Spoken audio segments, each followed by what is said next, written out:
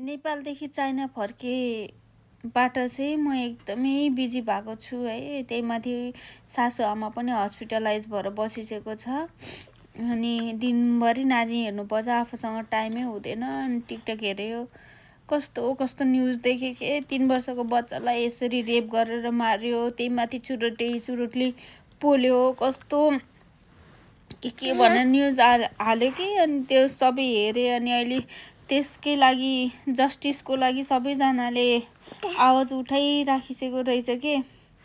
आफू पनि एउटा छोरीको आमा, एज अ मदर है, कति गाह्रो हुन्छ। आफ्नो छोराछोरीलाई अलिकति बिरामी भयो, ज्वरो आयो भने त त्यति धेरै गाह्रो हुन्छ भने झन् त्यो आफूले जन्म दिएको बच्चा त्यस्तो हालतमा भेट्दा झन् त्यो आमालाई के भएको होला के।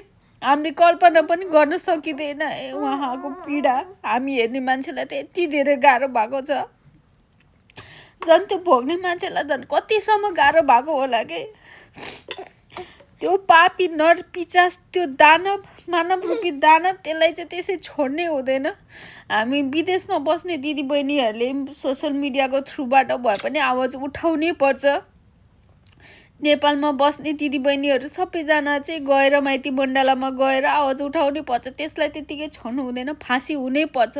यो बलात्कारीलाई चाहिँ कसरी फाँसी मात्र भएर पनि हुँदैन, त्यसको लिङ्ग काटेर नुन खुर्सानी दलेर बल्ल त्यसलाई चाहिँ तडपाई मार्नुपर्छ। जसरी त्यो सानो बच्चालाई जसरी तडपाएको छ नि, तिनीहरूलाई पनि त्यसरी नै तडपाउनु पर्छ।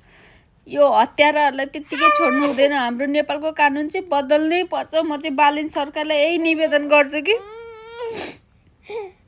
त्यो अपराधीहरूलाई चाहिँ फाँसी दिनै पर्छ, फाँसी ल्याउनै पर्छ हाम्रो नेपालमा। नत्र हाम्रो छोरी चेलीहरू जोगाउनै गाह्रो। हामी झन् छोरीको आमा कति गाह्रो हुन्छ भन्छ न।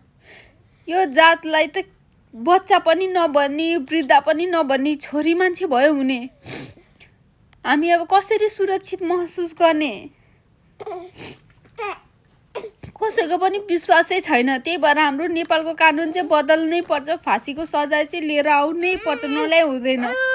हामी सबैजना विदेश हुने दिदीबहिनीहरू सबैजनाले जति सक्दो चाहिँ यो आवाज उठामै, यसलाई चाहिँ त्यत्तिकै छोड्नु हुँदैन। यस्तो अपराधीहरूलाई आज छोड्यो भने भोलि पनि यो दोहोरिँदैन भन्ने नसोच्दा पनि हुन्छ।